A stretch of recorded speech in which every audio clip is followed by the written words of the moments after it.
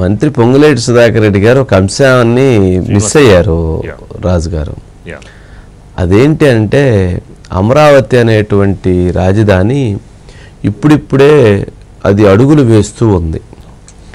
దాని నిర్మాణం అమరావతిని మొదలుపెట్టిన తర్వాత జగన్మోహన్ రెడ్డి గారు అనేటువంటి ముఖ్యమంత్రి అయిన తర్వాత 5 సంవత్సరాల పాటు అమరావతిని ధ్వంసం చేసేశారు.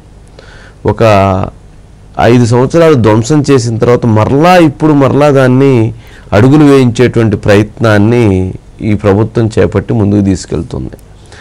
మరి అలాంటి ఒక అమరావతి అనేటువంటి ఒక రాజధాని విషయంలో ఎవరైనా సరే, అది ఏ మంత్రి గారైనా లేకపోతే ఏ ముఖ్యమంత్రి గారైనా లేకపోతే ఎవరైనా సరే కొంచెం జాగ్రత్తగా ఆలోచించి మాట్లాడాల్సినటువంటి అవసరం ఉంది.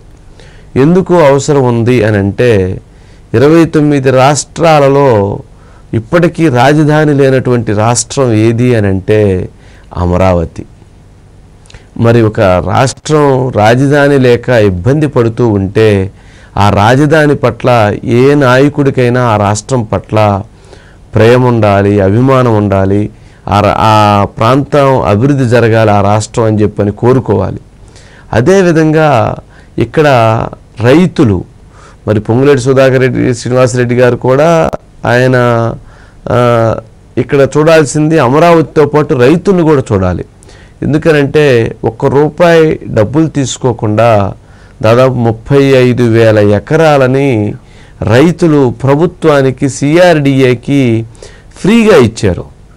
మరి సిఆర్డిఏకి 35,000 ఎకరాలు ఇచ్చినటువంటి రైతులు ₹1 తీసుకోకుండా ఇచ్చినటువంటి వాళ్ళు గత 10 సంవత్సరాలుగా ఎంతటి ఇబ్బందిని ఎదుర్కొంటున్నారు, ఎంతటి నరకాన్ని ఎదుర్కొంటున్నారు, ఎటువంటి పోరాటాలు చేశారు, ఏ విధంగా ప్రభుత్వాల చేతిలో మోసపోయారనేటువంటి దాన్ని కూడా గమనించాలి. మరి అంతమంది రైతుల యొక్క ఆర్తనాదాలు అక్కడ ఉన్నాయి.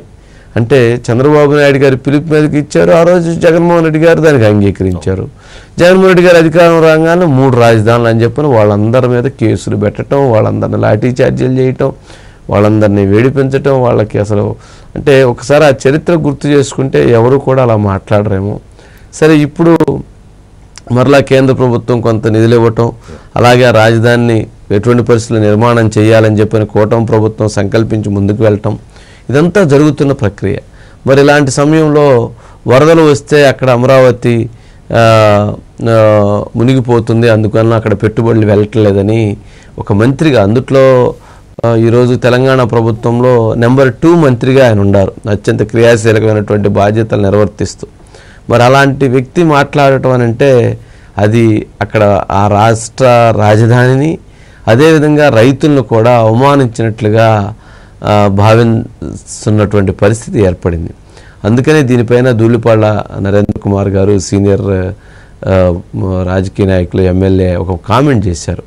మీకు జగన్మోహన్ రెడ్డి గారి యొక్క వాసనలు ఇంకా పోలేదట్టుంది, ఆయన మిత్రత్వం, ఆయనతో ఉన్నటువంటి ఇది మీకు ఇంకా ఉన్నట్లుంది, అందుకనే మీరు అలాంటి కామెంట్స్ చేశారని.